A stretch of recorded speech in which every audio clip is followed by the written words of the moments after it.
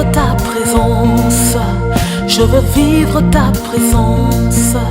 Je veux vivre ta présence. Je veux vivre ta présence. Je veux vivre ta présence. Je veux vivre ta présence. Je veux vivre ta présence. Je veux vivre ta présence. Chaque matin quand je me lève, que ta présence soit une saveur, un délice à mon palais, une communion entre toi et moi. À chaque instant lorsque je m'éveille, que ma pensée te reflète, que je ne pense que à t'adorer, à m'humilier devant ta face, à faire de toi la première chose qu'il me faut à chaque instant de ma vie. Que tu prennes ma première place. Alléluia. Amen. Que Dieu vous bénisse. Merci au groupe de louange. Amen. Que Dieu vous bénisse pour ces moments merveilleux. Est-ce qu'on va acclamer le Seigneur pour leur vie?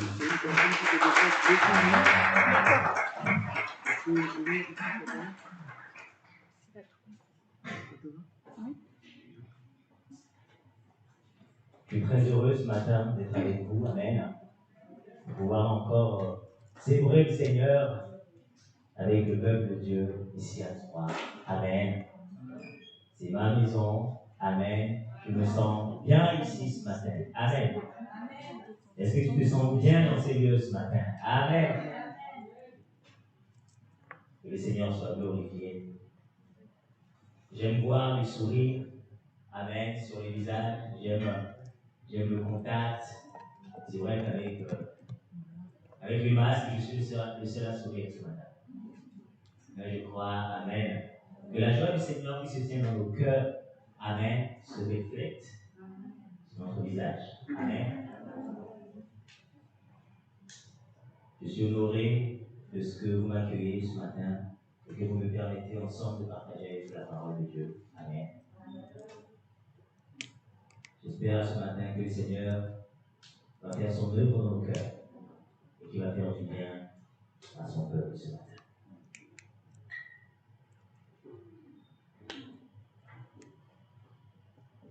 Avant de commencer la parole ce matin,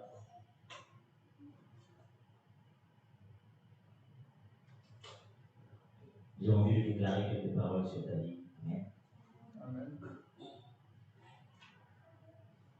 Parce que le Saint-Esprit est là. Amen. On peut sentir sa présence. Amen.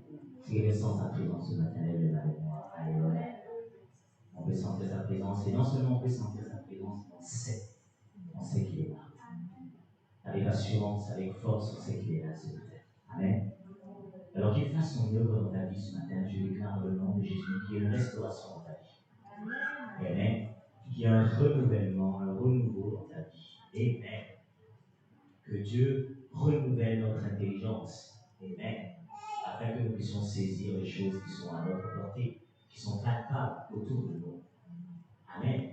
Parce que vous savez, parfois nous pouvons ne pas sentir sa présence et peut-être douter que Dieu est à côté de nous, mais j'aimerais te rassurer ce matin qu'il est là, qu'il a toujours été là et qu'il sera toujours là. Parce que Dieu est fidèle. Amen. Ce matin, ça va être des rappels que j'aimerais emmener. Je vais rappeler certaines choses parfois que nous ne réalisons pas, nous oublions peut-être, mais afin que cela soit ancré, enraciné dans notre cœur. J'aimerais te dire que le Saint-Esprit est là, qu'il a toujours été là et qu'il sera toujours là. Parce que la Bible me dit que même lorsque nous sommes infidèles, que lui reste fidèle. Donc celui qui est fidèle ne ment pas. C'est pourquoi tu peux toujours croire qu'il est là, pour te secourir, pour t'aider, pour conduire tes pas. Amen. À chaque fois que tu as besoin de lui, tu peux l'invoquer. À chaque fois que tu as besoin de secours, tu peux avoir confiance que si tu appelles ce Dieu au secours, qu'il étendra sa main. Amen. La Bible nous montre rapidement que Pierre et les disciples étaient dans la barque et ils ont vu Jésus qui marchait sur les eaux. Et ils ont demandé, vous voyez, il y a certaines choses que nous demandons. va demander au Seigneur de marcher et de venir vers lui. Amen. Et il avait le regard fixé sur Jésus. Il a commencé à marcher sur les eaux. Mais à un moment donné, il va goûter. Donc il va voir les flots, il va voir les tempêtes. Amen. Et en doutant, elle lui montre qu'il va commencer à sombrer. Amen. J'aimerais te dire ce matin, ne doute pas. Ne doute jamais de la fidélité de Dieu. Ne doute jamais de la présence du Saint-Esprit dans ta vie. Il a un rôle, il a un but qu'il accomplit, qu'il doit accomplir jusqu'à ce que Jésus. La vie qu'il est préférable pour vous que je m'en aille, afin que le Saint-Esprit soit venu. Et je crois que le Saint-Esprit accomplit la mission pour laquelle le Père l'a donné aux hommes. Amen. Et il va l'achever, cette mission. Donc, nous n'avons jamais douté qu'il est efficace au milieu de nous. Amen. Il n'y a aucun problème que Dieu ne peut changer, aucune situation. Parce qu'il emmène toujours à son accomplissement ce qu'il fait. La Bible dit ce que sa bouche a dit, sa main a accompli. On voit dans Genèse que lorsque Dieu dit que la lumière soit, elle fut. Le Saint-Esprit saisit la parole de Dieu pour l'accomplir. Amen. Donc tu dois toujours avoir confiance en lui. Il est un ami fidèle et ton compagnon, le consolateur. Amen. Celui qui te guide et qui te conduit tous les jours. Lorsque le peuple d'Israël sortit de l'Égypte, ils avaient besoin d'être conduits, de jour comme de nuit. La nuit, par la colonne de feu, le jour, la nuit. Constamment, nous sommes conduits par le Saint-Esprit. Amen. C'est pourquoi Jésus, la parole de Dieu pouvait nous dire que celui qui tombe, qu'il se relève. Parce que le Saint-Esprit est là pour te relever. Dieu n'aime pas que tu restes à terre. Amen. Il aime te voir debout pour marcher, pour bâtir, pour construire, pour aller de l'avant. Amen. C'est pourquoi la Bible nous dira dans l'Hébreu que nous avons la foi pour sauver nos âmes. Donc nous avons cette confiance. Et lorsque nous avons foi, le Saint-Esprit agit. Parce que nous avons foi en sa parole. Et le Saint-Esprit a compris la parole. Amen. Alors ce matin, je veux te dire, sois dans la joie. Amen. Sois dans la joie parce que Dieu nous a donné les arrêts de son esprit. Il nous a donné son esprit. Amen. Le Saint-Esprit est dans ta vie. Il est dans la vie. Amen. Il faut glorifier le Saint-Esprit dans la vie. Il faut lui parler. Il faut le bénir. Il faut avoir confiance en lui. Amen. Dieu t'a donné un allié incontournable devant toutes les situations de ta vie. L'allié incontournable, c'est le Saint-Esprit. La vie qui marchait par l'Esprit, vous n'accomplirez pas les désirs de la chair. Alors, tant que tu restes accroché au Saint-Esprit, tant que tu cultives cette communion de lui, Amen, tu tiendras devant toute l'adversité. Tu ne seras pas ébranlé. Amen.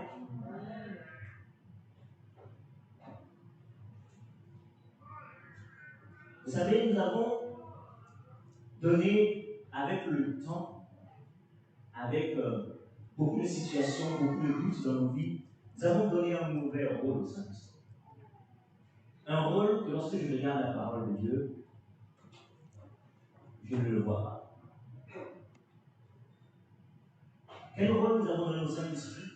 Nous avons donné au Saint-Esprit le rôle de l'accusateur. Beaucoup de personnes vivent et marchent dans la vie chrétienne avec beaucoup de doutes, beaucoup d'accusations dans leur cœur, beaucoup de conflits intérieurs. Parce qu'ils se disent que j'ai péché et que le Saint-Esprit est en train de me pointer du doigt mon péché. Alors, si le Saint-Esprit devait jouer ce rôle dans nos vies, croyez-moi, aucun de nous ne serait sauvé. Ce n'est pas son rôle de pointer ton péché. Ce n'est pas son rôle de t'accuser. Nous devons même faire attention. Parce qu'il y a une personne dans la Bible qui nous révèle dans dans Apocalypse chapitre 12, verset 10 au verset 11, que l'accusateur de nos frères, c'est qui? C'est le diable. Le père du mensonge. Donc, le Saint-Esprit ne peut pas jouer le rôle du diable. Amen. Alors, ma question ce matin, qui te condamne? Qui t'accuse? Je viens t'assurer que ce n'est pas le Saint-Esprit. Quand tu tombes, ce n'est pas le Saint-Esprit qui vient t'accuser. Ce n'est pas lui qui joue le rôle de te faire peur. Certains ont peur de s'approcher de Dieu. Il y a Dieu, je ne peux pas le prier parce que quand je regarde mes péchés, j'ai peur. Je ne viens pas à l'église parce que ma vie n'est pas en règle avec Dieu. Vous avez vu que le Saint-Esprit dit reste à la maison parce que ta vie n'est pas en règle avec Dieu. Où tu t'as vu dans la vie? Je suis faible. Je sens que le Saint-Esprit est en train de... J'arrive pas à prier. Ce n'est pas... Amen. Nous allons voir tout à l'heure avec la parole de Dieu. Mais je sais que nous nous basons beaucoup sur un verset de la Bible. Nous nous basons sur Jean au chapitre 16. Lorsque la Bible nous dit que je vous enverrai le consolateur. Et la Bible nous fait comprendre qu'il viendra convaincre le monde de péché, de jugement, de justice. De justice, de jugement. Amen. Nous basons beaucoup sur ce verset pour dire que le Saint-Esprit vient dans nos vies chaque fois pour nous convaincre de notre péché que nous avons péché. Il vient nous dire, tu as péché. Réponds-toi, lève-toi. Tu as péché. Lève-toi. Nous donnons ce rôle au Saint-Esprit. N'est-ce pas? Nous basons beaucoup sur ce verset. Mais j'aimerais attirer votre attention sur le fait qu'il est bien dit dans ce verset. Qui viendra convaincre? Qui viendra convaincre? Je me sens vite ce matin. Qui viendra convaincre le monde. Amen. Il viendra convaincre le monde de péché, de justice, de jugement. Son rôle n'est plus de convaincre les chrétiens. Pourquoi convaincre quelqu'un qui est déjà convaincu? Et pourquoi la Bible dit qu'il convainc le monde de péché? Parce qu'il ne croit pas. Mais toi, tu crois. Pourquoi doit-il venir encore te convaincre? Amen. Son rôle n'est plus de te convaincre parce que tu es maintenant en Christ. Alléluia. Tu es maintenant en lui. La Bible dit que tu es passé de la mort à la vie. Tu es maintenant de la lumière. Donc le Saint-Esprit est là pour t'aider à marcher, à aller de l'avant, à te relever quand tu tombes. Amen. Mais celui qui vient t'accuser, celui qui vient pointer tes défauts, tes faiblesses, ça c'est l'accusateur. Et encore, j'aimerais, comme je dis, c'est des rappels. J'aimerais encore là soulever un point très important. On nous montre que nous avons l'accusateur de nos frères. Et Apocalypse nous dit qu'il nous accuse nuit et jour devant qui? Devant le Père. Mais j'aimerais vous rappeler une chose. Qu'il n'est plus devant le Père et qu'il n'a même plus accès devant le Père. Donc celui que tu penses qu'il t'accuse devant le Père n'a même plus accès devant le Père. Pourquoi? Parce que la Bible dit qu'il est entré dans le tabernacle qui n'est pas fait de mains des hommes. Dans quel tabernacle? Dans le tabernacle céleste. La Bible dit dans Hébreux 10. Et donc s'il est entré dans le tabernacle céleste avec son sang, ça veut dire qu'il a purifié le temple qui était souillé justement autrefois par la rébellion. Et aujourd'hui, il n'a plus accès. Et la Bible même précise dans l'Apocalypse, il a été précipité. Est-ce qu'on peut lire ensemble? Apocalypse chapitre 12.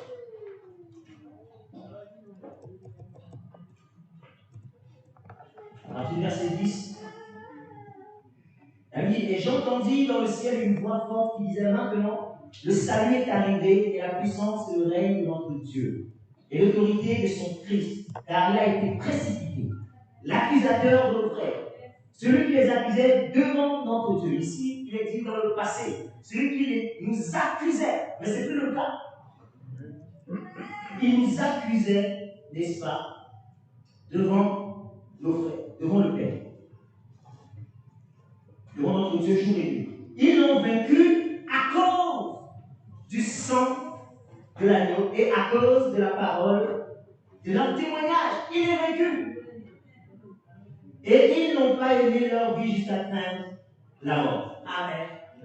C'est-à-dire que celui qui nous accusait autrefois, nous pouvons le voir même dans le livre de Job, où on nous montre que le diable s'approchait de Dieu et qu'il discutait avec Dieu. Amen.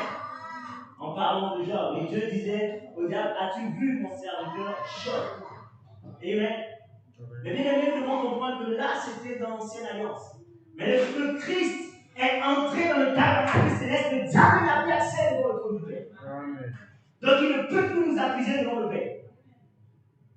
C'est pourquoi Hébreu nous fait comprendre que nous devons nous approcher de Dieu avec assurance.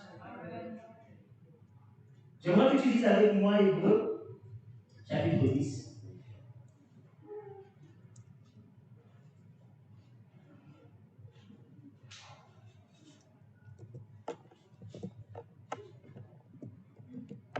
À partir du verset 19.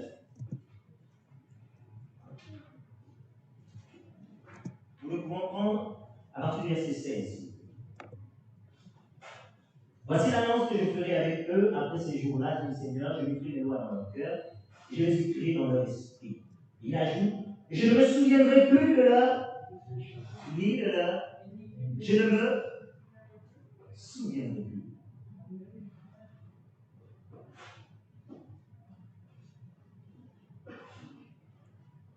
De leur péché ni de leur iniquité. Verset 18. Or, là où il y a pardon des péchés, il n'y a plus d'offrande pour le péché. Ainsi donc, frères, puisque nous avons, au moyen du sang de Jésus, une libre entrée dans le sanctuaire, par la route nouvelle et vivante qu'il a inaugurée pour nous au travers du voile, c'est-à-dire de sa chair.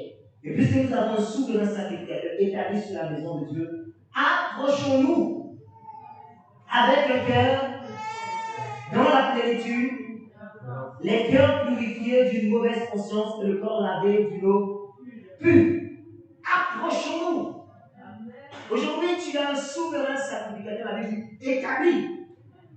Approche-toi de Dieu. La Bible dit qu'ils ont vaincu à cause du sang de l'agneau et du témoignage. Ça veut dire que le diable ne peut plus t'accuser devant le Père. Alors, où est-ce qu'il travaille? Le diable a un endroit où il travaille énormément. C'est notre conscience.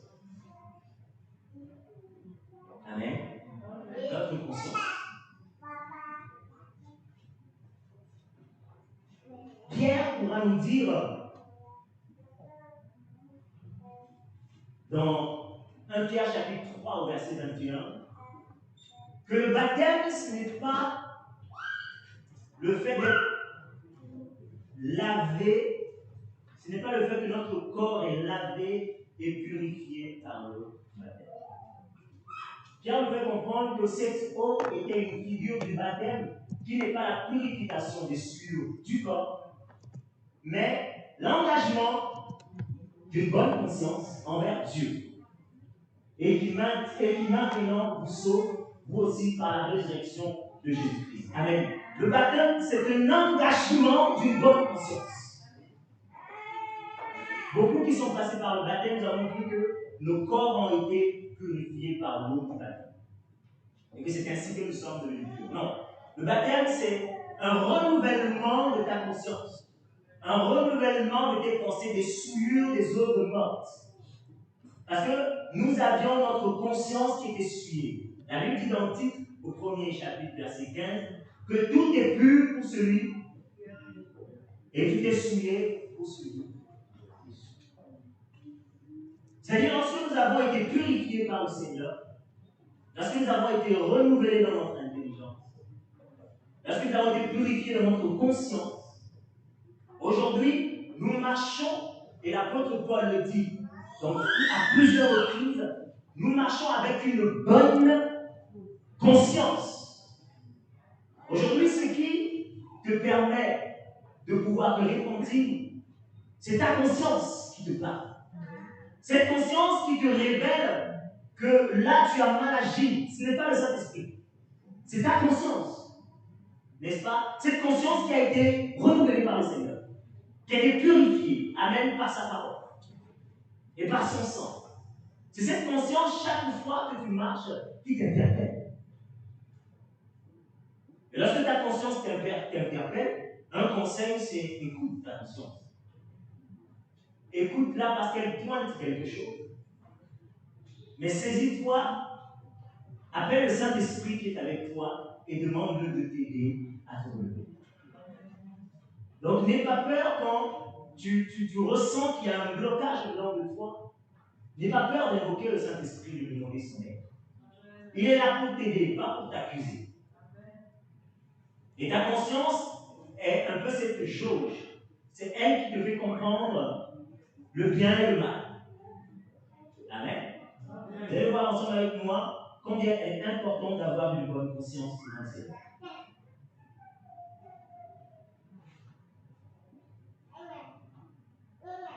La Bible nous dit dans 1 Timothée chapitre 1, verset 19, Paul dira que nous puissions garder la foi et une bonne conscience.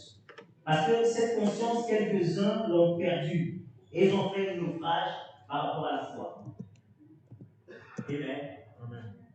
Il fait comprendre qu'il est important de garder la foi, mais non pas seulement la foi, mais une bonne conscience. Il dira dans 1 Timothée chapitre 1 au verset 5 que le but du commandement, le but du conseil que la parole donne, c'est une charité venant d'un cœur pur et d'une bonne conscience. Amen. Parce que le problème de la conscience, c'est que la conscience vient de ton esprit. Et ton esprit doit être renouvelé par la parole de Dieu. Amen.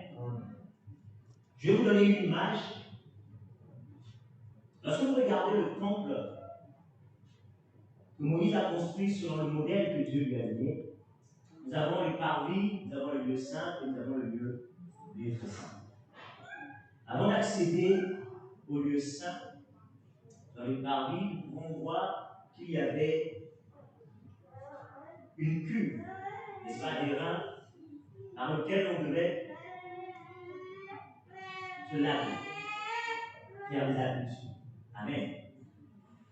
Cette cuve qui servait à l'ablution, on a cette image où on se dit que c'était une manière de se purifier avant d'entrer et d'apporter l'eau.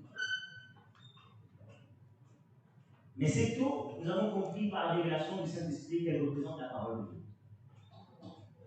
Amen.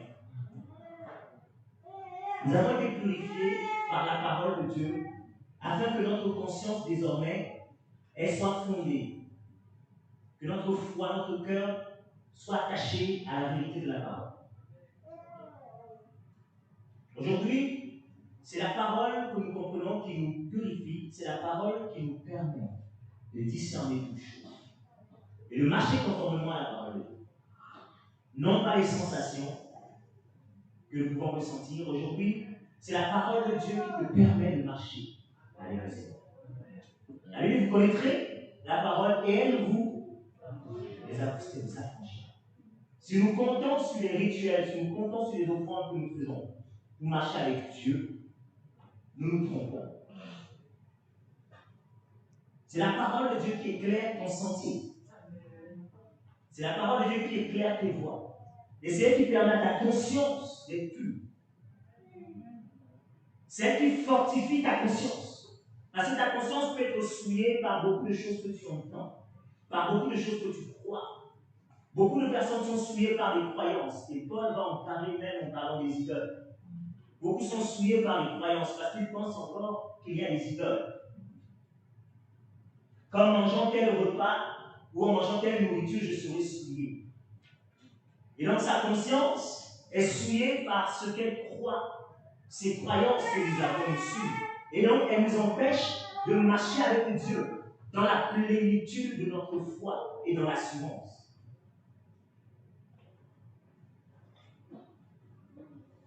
Jean même nous dira dans les épîtres, dans 1 Jean chapitre 3, que même si mon cœur me condamne, parfois, parce que ça arrive que ta chair te condamne, ton cœur te condamne. Vous voyez?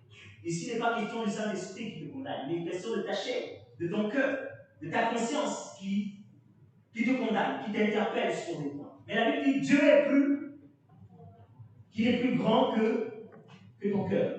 Amen. Dans 1 Jean chapitre 3,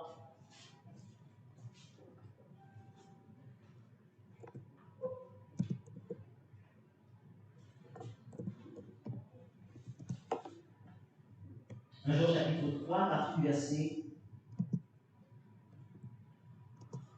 16. Oui, nous avons connu l'amour en ce qu'il a donné sa vie pour nous. Nous aussi, nous devons donner notre vie pour les frères. Si quelqu'un possède des biens du monde et que voyons son frère en besoin, il lui ferme ses entrailles, comment l'amour de Dieu demeure-t-il en lui? Petits enfants, n'aimons pas en parole et avec la langue, mais en action et avec vérité. Par là, nous connaîtrons que nous sommes de la vérité et nous rassurons nos cœurs devant lui. Car si notre cœur nous condamne, Dieu est plus grand que notre cœur et il connaît toutes choses. Amen. Et la Bible continue, bien aimé, si notre cœur ne nous condamne pas, nous avons de l'assurance selon Dieu. Donc tu dois régler le problème de ta conscience. Parce que ce qui fait que nous manquons d'assurance, c'est parce que nos cœurs nous condamnent. Mais le cœur, il faut que tu le rassures. Tu le rassures en lui révélant que tu connais la parole de Dieu. C'est pourquoi Romains chapitre 8 dira qu'il n'y a plus de condamnation pour ceux qui sont en Jésus-Christ. Il n'y a plus de condamnation pour ceux qui sont en Jésus-Christ. Il n'y en a plus.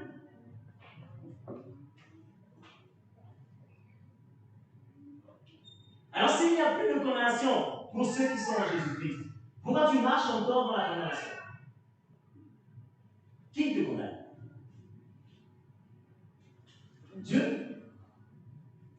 Dieu ne te condamne pas, il est venu pour te sauver, pour te relever quand tu dors. Lorsque tu comprends la parole de Dieu, tu te rends compte que non, je dois me lever quand je tombe. Je ne dois pas rester à terre. Ce n'est pas la place qui t'est donnée de rester à terre, de rester à la maison, de rester derrière. La Bible dit nous nous sommes approchés de l'assemblée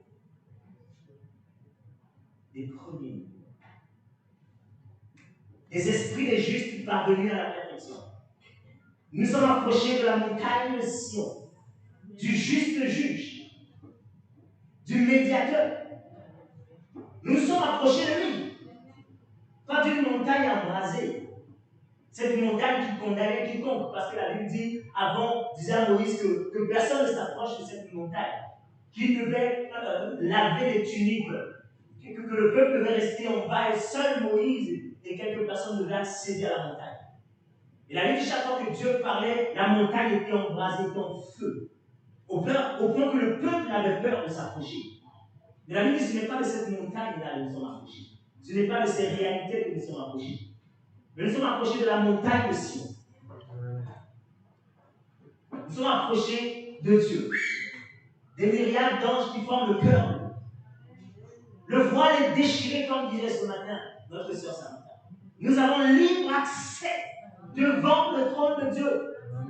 Donc ça veut dire en fait rien ne m'empêche d'entrer dans la présence de Dieu. Ni ma conscience qui est souillée, je dois renouveler mon intelligence. Je dois comprendre la parole de Dieu qui est un médiateur, qui est sur le temple. Et aujourd'hui le temple c'est ton cœur. Ce temple, la Bible dit Dieu est venu habiter dans ton cœur. Donc il veut que tu aies une communion avec son cœur. Donc même si ta conscience est en train de te bloquer, il faut que la parole de Dieu renouvelle ton intelligence. Et que tu comprennes qu'il n'y a plus de frein, il n'y a plus de voile. La chair ne peut plus m'empêcher. Et le Saint-Esprit ne joue pas non plus ce rôle-là. Nous avons commencé à faire rentrer dans notre vie d'église, excusez-moi de le dire, nous allons faire rentrer un système dans l'église où avant de s'approcher de la présence de Dieu, je dois d'abord faire un échauffement. Je dois d'abord m'échauffer, je commence à prier, demander d'abord pardon, je demande pardon pour les péchés que je ne veux pas plus. Mais juste par habitude, tu demandes pardon, c'est un échauffement. Pardonne-moi possible. Tu demandes pardon pour les anciens péchés dont Dieu ne se souvient plus. Mais la Bible dit, faisons attention à la Bible, chaque fois que Israël reprenait les sacrifices et les offrandes, il ne faisait que ramener le souvenir d'anciens péchés. Et dans ça, ne pouvait pas les rendre parfaits. Parce qu'ils se sentaient toujours imparfaits. Ah oui, nous ne pouvons pas nous approcher de Dieu. Il faut apporter les sacrifices. La Bible dit, le sacrifice a déjà été apporté. Jésus-Christ a déjà donné les sacrifices. Et c'est un sacrifice parfait. Qu'on ne donne qu'une seule fois. Et la Bible dit par un esprit éternel. Pourquoi ramener encore ce souvenir d'anciens péchés? Ça ne fait que souiller ta conscience. Tu sens que non, je n'ai pas suffisamment prié. Je dois faire encore 30 minutes, ça ne suffit pas. Tu chauffes. Quand tu as fini, pardon, tu rentres, adoration. Seigneur, oui, tu es élevé. Et donc là, tu chauffes. Et après avoir fini tout l'échauffement, tu dis, ah, le Saint-Esprit est là.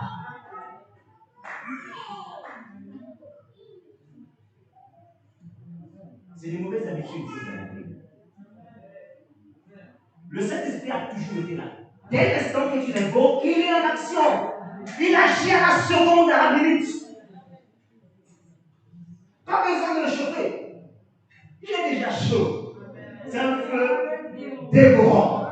On ne chauffe pas le Saint-Esprit. Il est déjà là.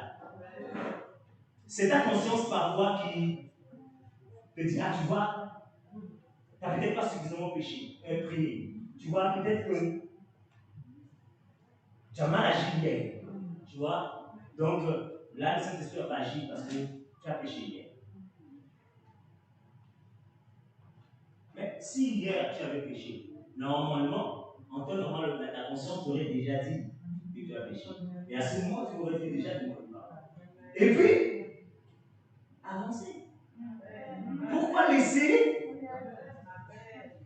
Tu attends, tu te charges, ta chair se charge d'émotions, tu deviens lourd parce que tu as la culpabilité. Ah, j'avais mal agi hier.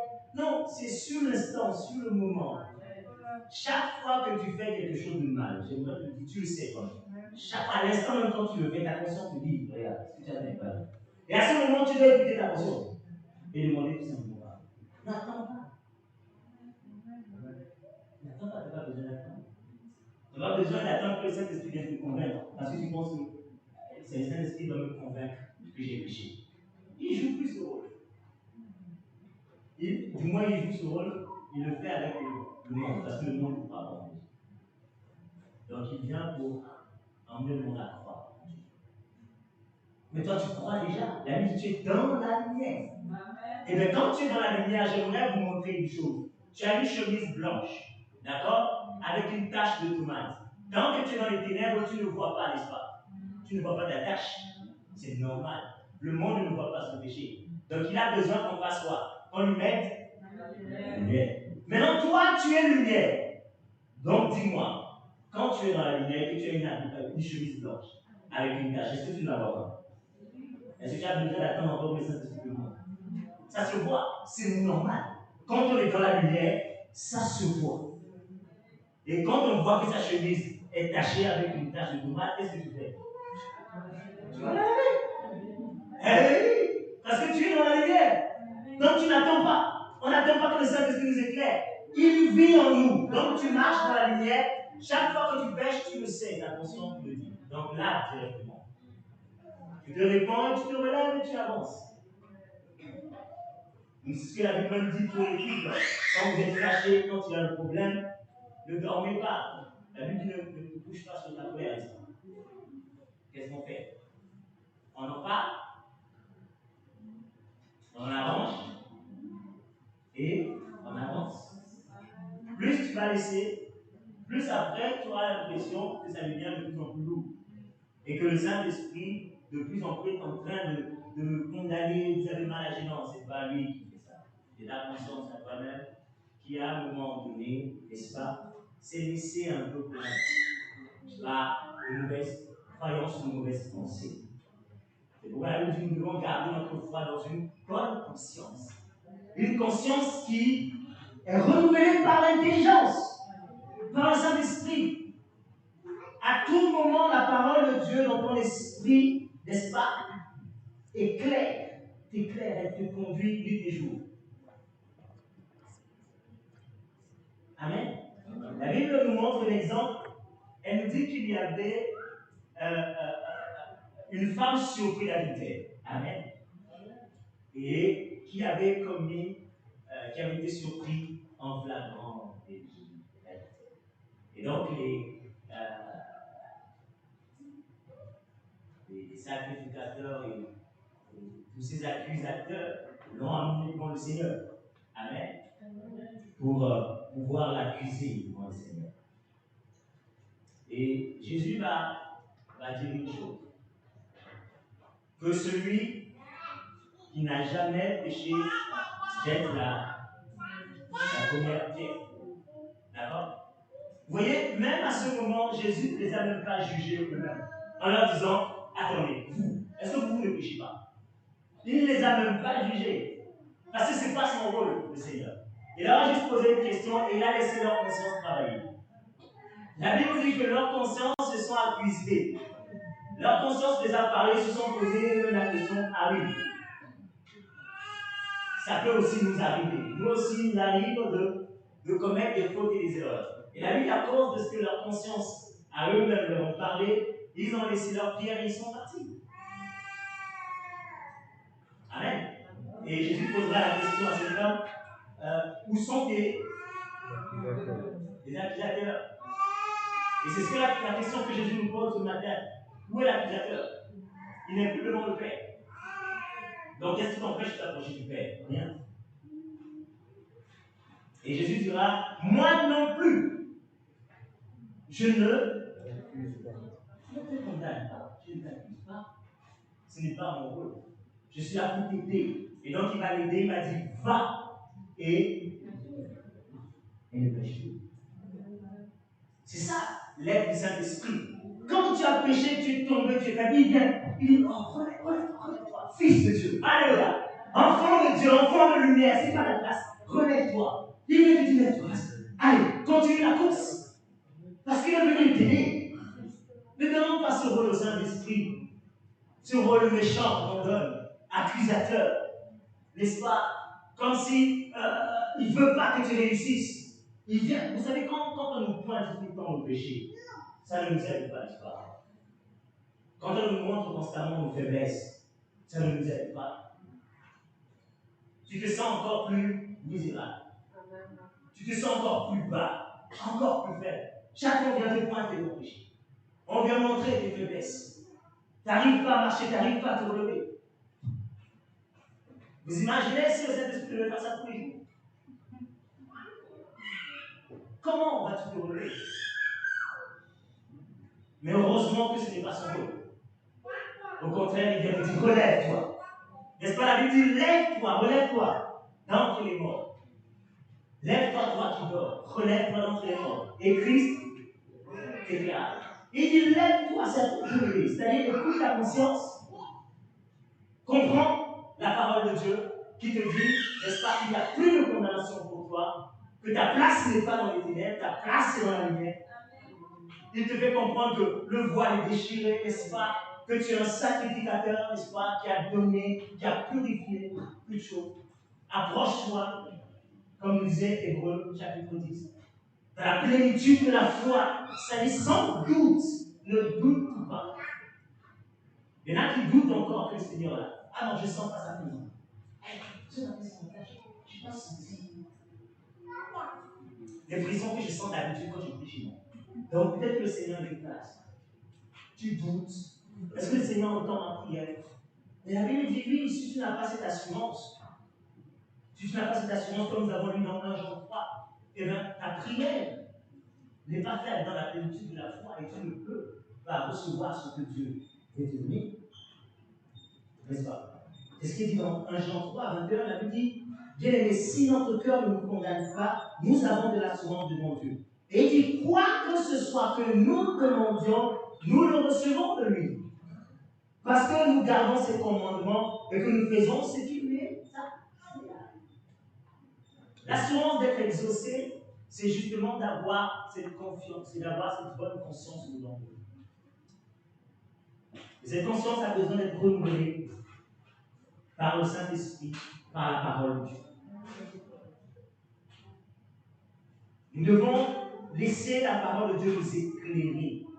Nous devons laisser tomber les mauvaises interprétations que nous avons de la parole de Dieu. Ces mauvaises interprétations qui ont bâti au milieu de nous une forme de religion, qui ont bâti au-dedans de nous des forteresses qui nous empêchent de marcher, d'avancer. Nous avons fabriqué notre propre religion. Et la parole de Dieu, telle qu'elle nous a été enseignée par les apôtres, nous l'avons délaissée. La Bible, nous sommes bâtis sur le fondement des apôtres. Et ce que les apôtres ont fait, nous ne le faisons plus, nous avons rajouté ce qu'ils nous font. Nous devons laisser la parole de Dieu renouveler notre intelligence. Le Saint-Esprit renouveler notre intelligence.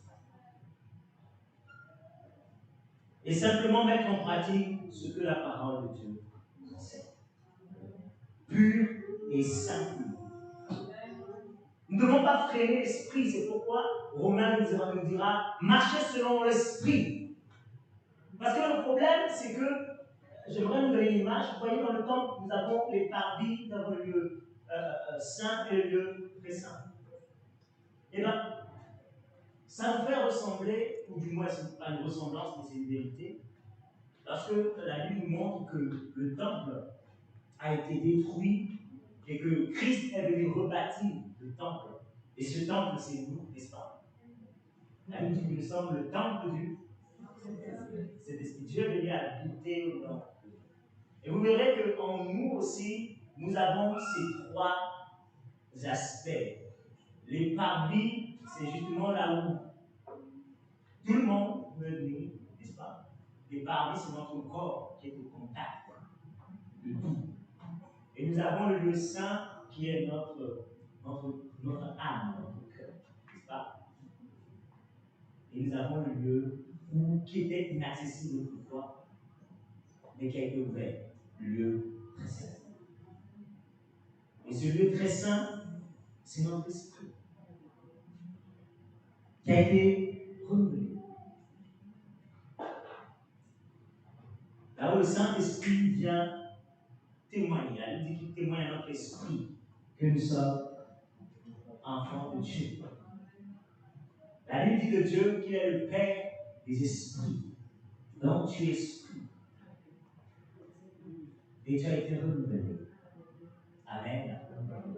Et donc vous voyez, Jésus disait aux disciples que la chair, elle est naturellement faible. Le lieu saint n'est pas non plus l'endroit où Dieu nous attend. La chair est faible. Mais il dit en vous, il y a quelque chose qui est fort. Et il dit c'est l'esprit. Il dit la chair est faible, mais l'esprit est bien disposé. C'est pourquoi Paul, on dit prier par l'esprit. Parce que c'est l'esprit qui nous permet, n'est-ce pas, de tenir notre corps dans le chemin.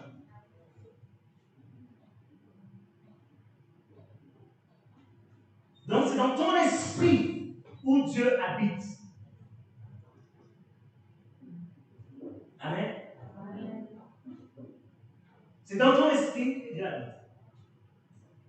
Je vais vous donner un verset qui va nous le faire comprendre subtilement. Quand nous prenons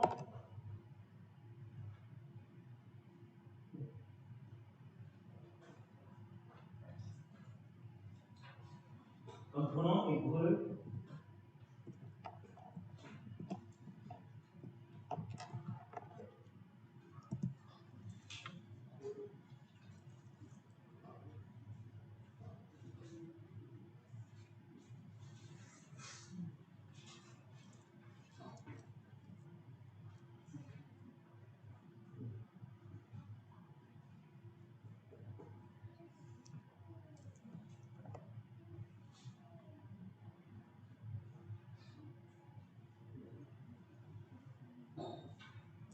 chapitre 10 au verset 16.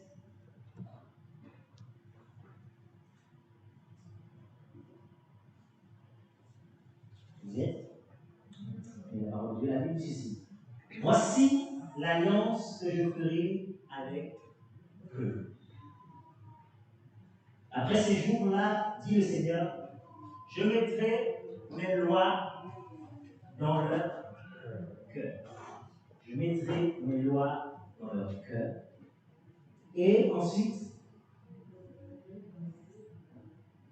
je les écrirai où? Dans leur esprit. La parole, elle demeure dans ton cœur, elle demeure en toi, mais le lieu où cette parole est écrite, gravée, c'est dans ton esprit. C'est pas pour rien que c'est précisé dans ton esprit. Amen. Parce que c'est là où tout doit se jouer. Ton esprit a besoin d'être fort, renouvelé. C'est là où le Saint-Esprit vient parler. Il vient parler à ton esprit. Lorsque nous regardons dans le temple, la Bible dit que Dieu avait écrit les lois autrefois sur des tablettes, n'est-ce pas? Les commandements étaient inscrits sur des tablettes et ces tablettes étaient dans l'arche de l'Alliance. Amen. Dans ce coffre qui représentait la gloire de Dieu. Ce coffre était où? Dans le lieu très saint. Amen. Pas dans le lieu saint, dans le lieu très saint. Où Dieu établit sa demeure dans ton esprit. C'est pourquoi il est important que ton esprit soit fort, soit renouvelé. Et que la parole de Dieu qui est gravée dans ton esprit puisse purifier ta conscience. Paul le dit, il faut que nous gardions la foi dans une bonne conscience. Une conscience qui ne s'attache plus, n'est-ce pas, à ce que la chair peut lui donner comme information.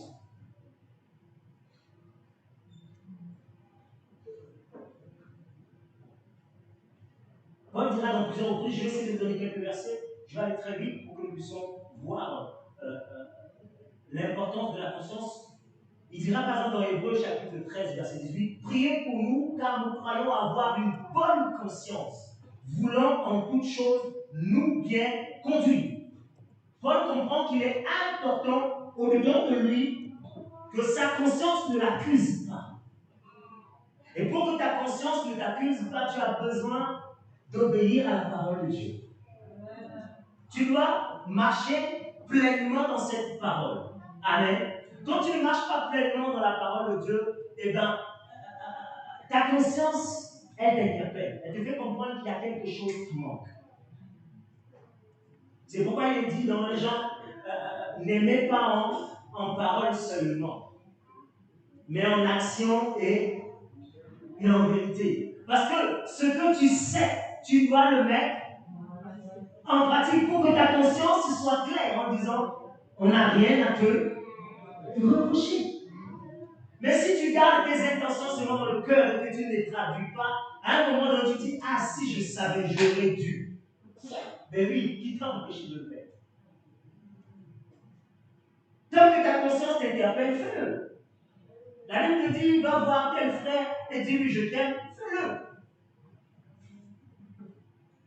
C'est banal, n'est-ce pas? Mais c'est la vérité. Si tu veux commencer à apprendre à marcher avec le Saint-Esprit, commence à obéir déjà à ta conscience. Écoute-le. Dieu t'a donné la conscience, il a purifié cette conscience. Elle est plus souillée. Dans sa vie, cette conscience, quand elle dit les choses, elle ne ment pas. Ne pensez pas que notre conscience est notre ennemi. Mais chaque fois, quand ta conscience te parle, tu te dis non, j'écoute pas ma conscience. Il faut que j'écoute le Saint-Esprit qui me parle. La vie, tu penses que le Saint-Esprit parle comment? Il parle par ta conscience. Parce que cette conscience, Dieu t'a purifié dans cette conscience. Pour que tu aies le discernement. Paul, bon, pas Paul, mais celui qui a écrit Hébreu, je ne veux pas rentrer dans les débats pour dire que c'est Paul, c'est pas Paul, c'est pas le but. Mais celui qui a écrit Hébreu, dans le chapitre 5, dans le dernier verset, nous fait comprendre que nous ne sommes plus des enfants, n'est-ce pas? Nous ne sommes plus des enfants, mais nous devons devenir. Du moins, c'est une reproche qu'il faisait, mais nous devons devenir adultes. Et les adultes, c'est ceux qui ont fait grandir en eux ce discernement-là. Ils arrivent à juger ce qui est bon et ce qui est mauvais, n'est-ce pas? C'est ça le signe de la maturité, la capacité de discerner ce qui est bon et ce qui est mauvais. Cette capacité, Dieu l'a développée en toi. Par la connaissance, ta conscience a maintenant la capacité de discerner ce qui est bon et ce qui est mauvais. Tu ne vas pas toujours attendre. Saint-Esprit, dis-moi, est-ce que ça c'est bon, ça c'est pas mauvais? Ta conscience. Parce que le Saint-Esprit inscrit les paroles de Dieu dans ton esprit, donc tu es capable de discerner. Amen. Et quand tu n'arrives pas, il vient t'aider. Mais ta conscience est d'abord là. Elle a été renouvelée, elle est là pour t'aider. Amen. C'est signe de maturité. Et c'est ce que même Paul dira dans Romains au chapitre 12. Amen. Il dira que nous serons renouvelés dans notre intelligence afin de discerner ce qui est. Il faut que ton intelligence soit renouvelée pour que tu sois capable clairement de discerner ce qui est bon, agréable, parfait devant Dieu. Donc, il est important que nous ayons une bonne conscience. Et une bonne conscience, c'est lorsque tu mets en pratique la parole de Dieu. Et Jean disait ça dans les Épîtres en faisant comprendre que quand tu lis 1 Jean chapitre 3, tu lis tout le chapitre, tu comprends qu'il commence à parler de l'amour en disant, n'est-ce pas, que nous devons aimer non pas seulement en parole, parce que c'est trompeur. Hein? Les paroles mielleuses, elles sont trompeuses. Ah, tu sais, je t'aime, mon frère. Oui, c'est bien. Mais c'est mieux quand non seulement tu le dis, mais que tu le démontres aussi. Là, à ce moment, non seulement je vois que tu m'aimes, mais ta conscience à toi-même te dit aussi que c'est vrai, que tu marches dans l'amour. Et Jean dit que nous devons avoir cette confiance que nous sommes dans la lumière. Et pourquoi nous avons cette assurance que nous sommes dans la lumière? C'est parce que nous marchons dans l'amour. Parce que Dieu est amour. Il n'y a pas un autre chemin en dehors de l'amour. Si tu ne marches pas dans l'amour, eh bien la Bible, tu n'es pas dans la lumière. C'est pourquoi ne nous mentons pas. Hein. Quand on est fâché avec quelqu'un, tu es dans la présence de Dieu. Vous savez, ça nous arrive, tu es dans la présence de Dieu et tu n'arrives pas à prier. Parce que tu sais que tu as un problème avec ton frère ou une sœur. Tu n'arrives pas à prier, tu dis je sens que c'est lourd, je sens pas la présence. J'arrive pas à prier. Je sens l'oppression. Non. Non. Quand tu comprends la parole de Dieu, ce n'est pas une affaire d'oppression. Ce n'est pas une affaire de lourdeur. La Bible t'a juste fait comprendre que si tu as un problème avec ton frère, laisse le vent. Il laisse. Il va montrer l'amour. Va mettre en pratique la parole de Dieu qui est en toi. Va te réconcilier. Mais c'est dommage que ça soit pendant le front que tu ailles te réconcilier. En règle, comment tu veux le faire bien avant? Pour être en règle avec ton Dieu, n'est-ce pas? Pour ne pas laisser accès au diable. Amen. Donc, la Bible dit tu laisses ton front, tu vas te réconcilier. Et quand tu as manifesté la parole de Dieu, tu as obéi à la parole de Dieu, tu as manifesté l'amour, tu as réglé le problème. À ce moment, quand tu viens donner l'offrande, tu veux comment l'offrande? Dans la joie. Est-ce que tu sens encore cette oppression? Est-ce que tu sens encore cette forme de culpabilité qui t'empêche de prier? En y priant, tu as le visage fermé comme ça. Je ne sens pas la présence de Dieu. Non, c'est parce que dans ton cœur, ta conscience t'interpelle. Elle te dit, tu t'es pas bien. Ton cœur, ta conscience, elle te parle depuis. Et même déjà, parfois, elle te parle depuis la maison. Tu dis, ah, je n'ai pas envie d'aller à l'église, chérie. Mais pourquoi? Non, je ne sais pas. Parce que tu sais, ta conscience sait que c'est parce que tu as des problèmes qui ne sont pas réglés. Bien. C'est ta conscience, ce n'est pas le Saint-Esprit.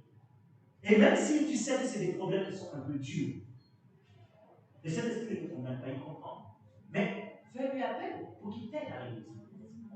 Qu'il te donne les mots qu'il faut. Qu'il te donne l'attitude qu'il faut. Avec douceur. Dans la paix. Et tu règles le problème. Et ta conscience, elle revient et tu as l'assurance devant ton Dieu. Tu viens pour prier, tu n'as plus besoin de 30 minutes pour te répondre, pour demander pardon. Tu rentres directement dans la présence de Dieu. Dieu te donne des paroles. Vous savez, parfois nous avons du mal à prophétiser. Nous avons du mal à relâcher les paroles que le Seigneur nous donne, même quand nous sommes dans le culte, nous sommes dans la présence de Dieu. Parce que notre cœur est lourd. Le Saint-Esprit te dit, va dire à telle personne, donne-lui les paroles que je donne. Au-delà de toi, tu te dis, est-ce que c'est le Saint-Esprit qui se lâche? Tu hésites.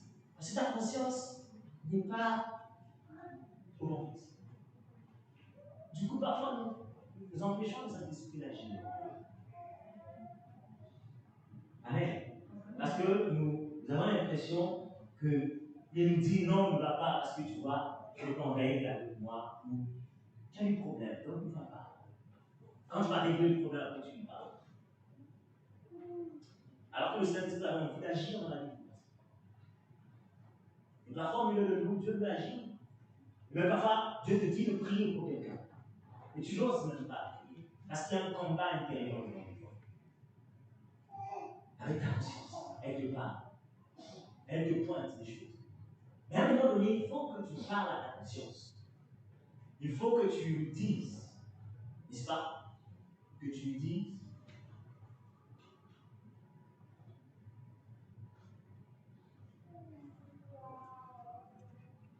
que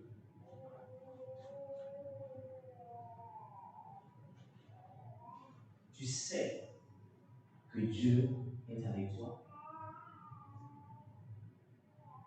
Que tu sais non seulement que Dieu t'aime, mais qu'il travaille avec toi. Tu dois dire à ta conscience que tu as un avocat. Tu as Christ qui est établi dans le temps, souverain sacrificateur établi, n'est-ce pas? Et que par son sang, il nous a purifiés, lavé, qu'il a ouvert le chemin de l'accès devant. Donc, qu'il n'y a plus rien, ni la mort, ni la vie, ni les choses présentes, ni les choses à venir. Rien ne peut plus te séparer de l'amour de Dieu manifesté en Jésus-Christ. Cet amour qui te restaure, cet amour qui te relève, cet amour qui te conduit tous les jours. Et cet amour qui veut se manifester envers une personne qui a besoin d'aide et de secours. Qui a besoin de ces paroles que tu vas lui apporter pour que sa vie soit changée. Mais toi, tu les bloques parce que tu mènes un combat au-dedans de toi. Un combat avec ta conscience qui t'interpelle, qui t'accuse. Avec ton cœur, ta chair, qui t'accuse.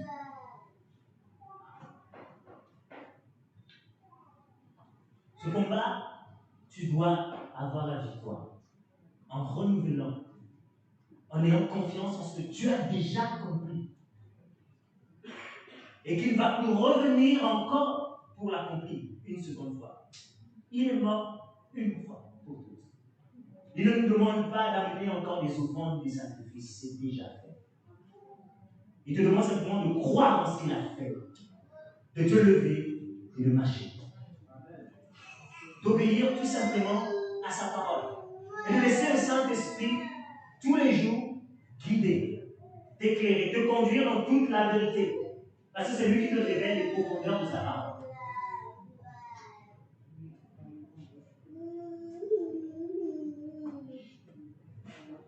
Amen.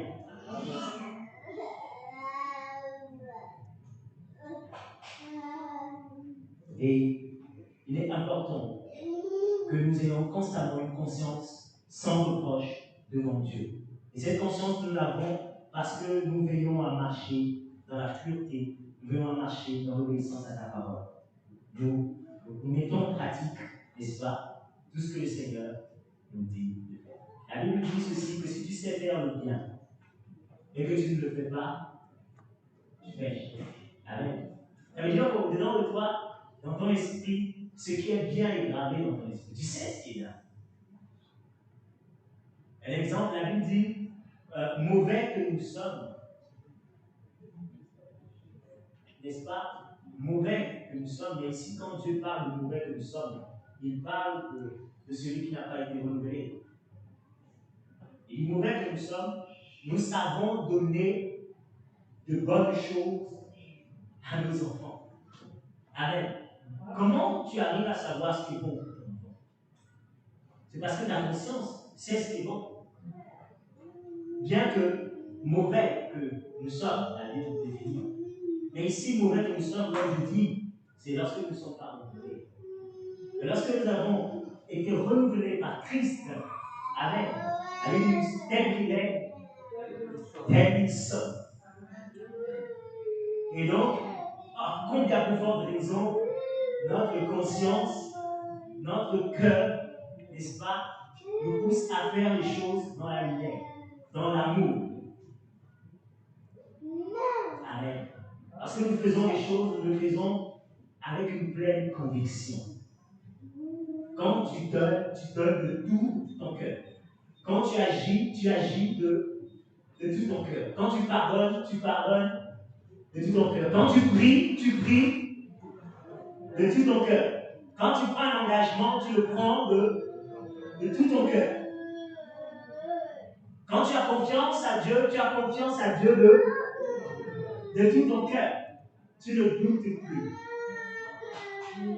Amen. Tu t'approches de la plénitude de la foi. Amen. Donc, vraiment que Dieu bénisse ce matin. Alléluia. Que Dieu vraiment te relève, que Dieu te donne de marcher dans la plénitude de sa parole. Amen. Que le Saint-Esprit renouvelle ton intelligence. Laisse les idoles, laisse les religions, laisse les émotions. Marche vraiment dans cette conviction, avec cette bonne conscience que la parole de Dieu t'éclaire dans ce que tu fais, dans ce que tu ne vas pas faire. Il n'y a personne qui est là pour te condamner.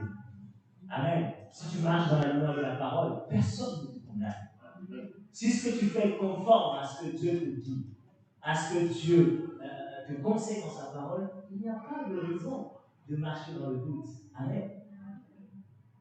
Fais les choses dans la conviction, avec cette bonne conscience, dans la compréhension de la parole de Dieu. C'est pourquoi la Bible même dit mange de tout ce qui se vend, sans avoir un problème de conscience, que ce que je mange est interdit dans la parole. Non. La Bible dit Dieu a tout purifié. Manger de tout ce qui se vend. Après, bien sûr, il y en a par souci de santé, ne mange peut-être pas ci ou ne mange peut-être pas ça. Ça. Tu le fais avec pleine conviction. Personne ne te condamne. Ce n'est pas parce que tu ne manges pas tel repas que devant Dieu tu es impur. Ou parce que tu manges tel repas devant Dieu tu es pur ou impur. Non, ce n'est plus le cas. Amen. Et tout est pur pour ceux qui sont purs. Mais par contre, ta conscience, elle te fait comprendre que tout n'est permis et tout n'est pas utile. Oui. Ta conscience te fait comprendre que, là tu as trop mangé. Là tu passes pas le Saint-Esprit qui dit tu as péché. Non, ta conscience te dit, là j'ai trop mangé, je commence à avoir mal un peu partout. Mais écoute, quand ta conscience te dit non, là arrête. Arrête de manger, ne prends pas le plat supplémentaire. Arrête. Tout simplement pour une bonne santé. Si ta conscience te dit, bon, il faut que j'arrête de manger le riz. Amen. La conscience peut te dire arrête de manger le riz parce que le riz ne te fait pas du bien. Ok? Parce que quand tu manges le riz, chaque fois tu es constipé. Alors là, c'est pas une attaque du Saint-Esprit qui vient te dire, non, c'est la conscience qui te fait comprendre tout simplement parce que tu commences à mieux connaître aussi ta santé. Ta conscience ne peut pas te dire, non, arrête de manger ça. Eh bien, écoute ta conscience parce que pour une bonne santé, arrête le riz. Ça ne va pas t'empêcher d'aller au ciel. Amen. Personne ne vient te prêcher, te dit non, mon frère, pourquoi tu ne manges pas le riz? C'est pas biblique, la dit tu manges tout ce qui se vend et tu te sens condamné. Comme je ne mange pas le riz, je pêche devant Dieu. Ce n'est pas le cas. Amen. Nous devons être renouvelés dans notre intelligence, faire la part des choses. Amen. Ne prenons pas le Saint-Esprit pour ce qu'il n'est pas. Amen. Prenons-le pour ce qu'il est et pour le rôle que la Bible dit qu'il lui joue dans notre vie.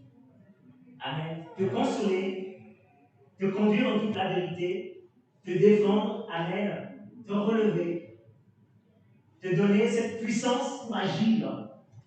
Au nom du Seigneur, amen. Vous recevrez une puissance d'Abel dit, amen. Et nous l'avons reçu. Il est là pour agir, amen. Prends les armes offensives et défensives et lève-toi, amen, pour servir Dieu à la plénitude de la foi. Que Dieu bénisse sa parole ce matin.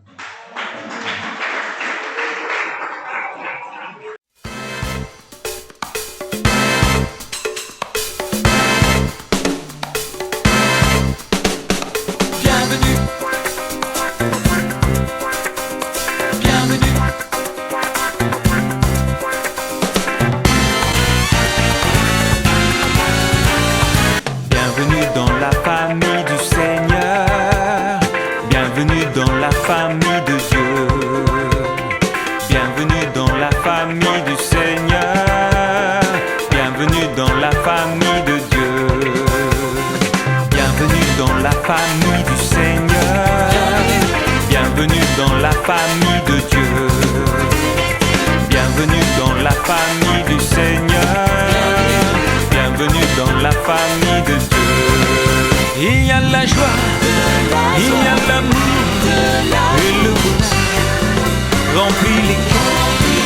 Il y a la joie, il y a l'amour et le bonheur remplit les cœurs. Bienvenue dans la famille du Seigneur, bienvenue dans la famille